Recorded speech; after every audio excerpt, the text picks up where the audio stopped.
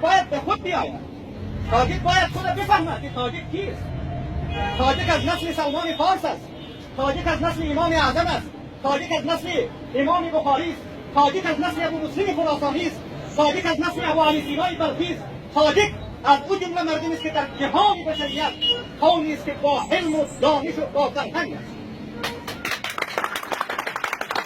این ارزش تاجیک باید به تاجیکی ها بشناسند. یک چیزی که من تا به حال در کتاب ندیدم، از دهن یک عالم بسیار بزرگواری را شنیدم، است تاجیک چرا تاجیک میگن؟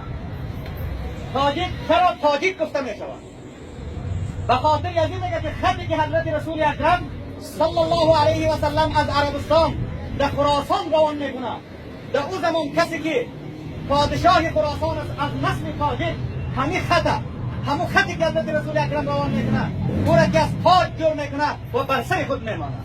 این نشان تاجیک است، این افتخار تاجیک است. هزارها محدث، هزارها مفسر، هزارها فقیه، هزارها معرخ این تاجیک دارد.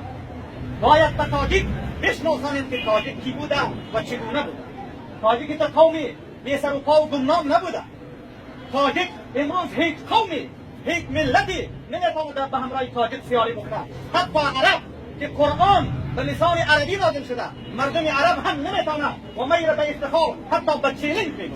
هر کسی در مقابل من میآید، من حاضر هستم دفاع بکنم از هویت تاجیک، که تاجیک چگونه قوم بود و چه رقم مردم بود. اگر عباسی ها به قدرت رسیده برکت یک تاجیک بوده. باید ابو مسلم خراسانی را هیچ فرد تاجیک فراموش نکنه.